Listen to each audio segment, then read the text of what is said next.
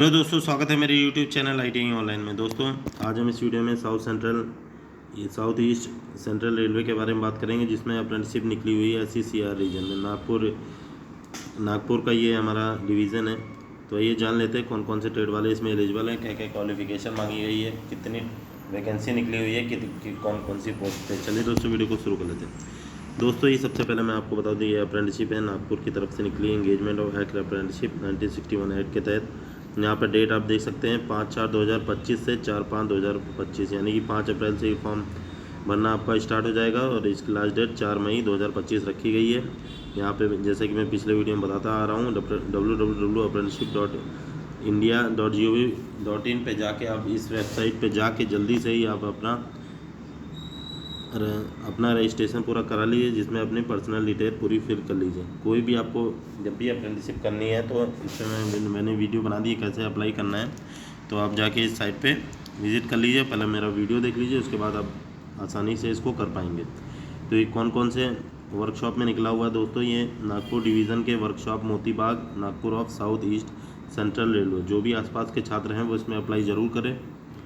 तो सबसे पहले पोस्ट है हमारी फिटर की, टोटल 66 पोस्टें हैं। कारपेंटर की यहाँ पे 39 पोस्टें हैं। वेल्डर की दोस्तों यहाँ पे 17 पोस्टें हैं। कोपा की यहाँ पे 170 पोस्टें हैं। इलेक्ट्रीशियन की 253, बहुत ज़्यादा पोस्ट निकली हुई है अप्रेंटिसशिप की दोस्तों। तो इसमें आपको ज़रूर अप्लाई करना चाहिए। स्टेनोग्राफर इंग्लिश सेक्रेटरी, ये तो 20 पोस्टें हैं। प्लम्बर की 236 हैं। पेंटर की 52 है। वायरमैन की 42 है। इलेक्ट्रॉनिक मैकेनिक की 12 है। डीजल मैकेनिक की 110 हैं। अपोस्टर ट्रिमर की कोई पोस्ट नहीं है दोस्तों यहाँ पे। मशीनिस्ट की टोटल 5 पोस्टें हैं। अब ये अपोस्टर ट्रिमर क्यों निकाल दिया, ये तो समझ से परे, इसको देना ही नहीं चाहिए था जब एक ही पोस्ट नहीं है। चलिए दोस्तों, नेक्स्ट है हमारी मशीनिस्ट की 5 पोस्टें हैं। टर्नर की 7 हैं। डेंटल लेबोरेटरी टेक्नीशियन की 1 है। हॉस्पिटल वेस्ट मैनेजमेंट की 1 है दोस्तों। बाकी हेल्थ सैनिटरी और ये गैस कटर हमारा, इसकी कोई पोस्ट नहीं है, तो इसको निकालना ही नहीं चाहिए। आखिर क्यों ऐसा रेलवे करता है, समझ से परे ये चीज़। नेक्स्ट है स्टेनोग्राफर हिंदी 12 पोस्ट है। केबल जॉइंटर की 21 हैं। डिजिटल फोटोग्राफर हो गया ये। ड्राइवर का मैकेनिक आप देख लीजिए, लाइट मोटर व्हीकल, यहाँ 3 पोस्टें हैं। मैकेनिक मशीन टूल मशीन की MMTV की 12 पोस्टें निकली हुई हैं दोस्तों। ये जो ट्रेड होती हैं इनकी ज़्यादा वैकेंसी नहीं आती, तो अप्रेंटिसशिप अगर आपको करना है तो यहाँ से आप कर सकते हैं। मैसन बिल्डिंग कंस्ट्रक्टर की 36 पोस्टें, टोटल यहाँ 919 पोस्टें निकली हुई दोस्तों। आपको ज़रूर अप्लाई करना चाहिए अगर आपने अप्रेंटिसशिप नहीं कर रखा है, क्योंकि क्या होता है कि यहाँ से 20% आरक्षण आपको मिलेगा रिजर्वेशन ग्रुप D की वैकेंसी में। तो आपको ज़रूर से ज़रूर अप्लाई करना चाहिए, इसीलिए मैं वीडियो बनाता हूँ कि आप रेलवे से अप्रेंटिसशिप करिए। चलिए दोस्तों, नेक्स्ट है हमारा सेकंड नंबर का, ये वर्कशॉप रीजन में आ जाता है, वर्कशॉप मोतीबाग में। ये इस्टेब्लिशमेंट कोड दिया है, इससे कोई मतलब नहीं है। यहाँ फिटर की पोस्ट हैं दोस्तों यहाँ पे 44। वेल्डर की 9 पोस्ट हैं। कारपेंटर की कोई पोस्ट नहीं है। पेंटर की कोई पोस्ट नहीं है। आखिर इसको निकालता क्यों है रेलवे, जब इसको पोस्ट ही नहीं देनी है, क्या है। टर्नर की यहाँ 4 पोस्टें हैं। सेक्रेटरी, ये अभी क्यों निकाल दिया, ये तो समझ से परे हैं। इलेक्ट्रीशियन की 18 है। कोपा की 13 है। टोटल यहाँ पे 88 पोस्टें निकली हुई हैं मोतीबाग वर्कशॉप में। तो वर्कशॉप में आप इजीली कर सकते हैं, कुछ चीज़ें सीखने को भी मिलेंगी, प्लस आपको यहाँ से रेलवे सबसे बड़ा बेनिफिट 20% रिजर्वेशन देगा और ग्रुप D में आसानी से आपका सिलेक्शन हो जाएगा। तो आपकी नौकरी पक्की है अगर आपने अप्रेंटिसशिप यहाँ से कर लिया। अब एलिजिबिलिटी कंडीशन की बात कर लें दोस्तों, यहाँ पे एज वही 15 से 24 रहने वाली है जनरल के लिए। यहाँ पे SC ST के लिए 5 साल की छूट, OBC को 3 साल की, PWBD और एक्स सर्विसमैन को 10 साल की छूट मिलेगी। इसको चलिए इतनी छूट मिलने वाली है। बाकी अब देख लेते हैं दोस्तों, यहाँ पे UR का बताया हुआ है। एज कट ऑफ कितना रहना चाहिए, 5/4/2001 के से पहले के नहीं होने, सॉरी दोस्तों, 5 candidate should be born between, candidate का जन्म होना चाहिए 2001 से 2010 के बीच में होना चाहिए। और UR में, OBC में 1998 2010 तक, SC ST में 1996 2010 तक, PWD एक्स सर्विसमैन में 1991 से 2010। और ये देख लीजिए 5 अप्रैल से ही यहाँ डेट काउंट हो रही है, ये अच्छी बात है रेलवे की।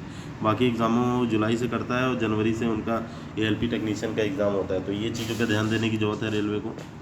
चलिए दोस्तों, यहाँ पे मैट्रिकुलेशन में 50 मार्क्स से कम नहीं होना चाहिए, अगर इससे कम है तो आप एलिजिबल नहीं रह जाएंगे। बाकी PCM से करिए, आर्ट से करिए, कोई मतलब नहीं है, तो कहीं से भी आप कर सकते हैं। बाकी 50% से कम नहीं होना चाहिए, 50% कम रहेगा तो आप इसमें अप्लाई नहीं कर पाएंगे। यहाँ पे आपको बताया हुआ है NCVT या SCVT कोई भी चलेगा, तो कोई दिक्कत नहीं है। State council of vocational training से कर लीजिए या national council of vocational training, कोई दिक्कत नहीं है। 10th का सर्टिफिकेट मोड का सिलेक्शन आप देख सकते हैं। सिलेक्शन में मेरिट लिस्ट के आधार पे किया जाएगा। यहाँ कोई रिटन एग्ज़ाम नहीं होने वाला है। आपके टेंथ और 12th के मार्क्स, वो 10th और ITI के मार्क्स यहाँ जोड़े जाएंगे। यहाँ आप देख लीजिए, with merit list prepared basis on the percentage marks matriculation. यहाँ पे भी वही बता दिए 50% से ज़्यादा होना चाहिए, plus ITI in the trade in which apprenticeship should be done.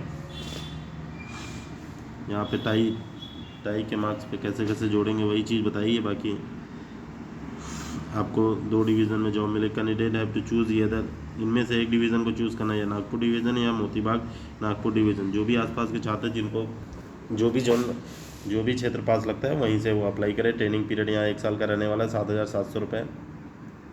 Stipend दोस्तों यहाँ प्रिस्क्राइब्ड है। स्टाइपेंड यहाँ 8,050 रुपये 2 साल का जो ITI किया है उनको दिया जाएगा। जैसे कि फिटर, टर्नर, मशीनिस्ट, और यहाँ पे जिन्होंने जैसे वेल्डर हो गया, ग्राइंडर हो गया, 1 साल का रहता है तो वहाँ 7,700 रुपये दिए जाएंगे। ये आपको 1 साल तक ही दिए जाएंगे बस।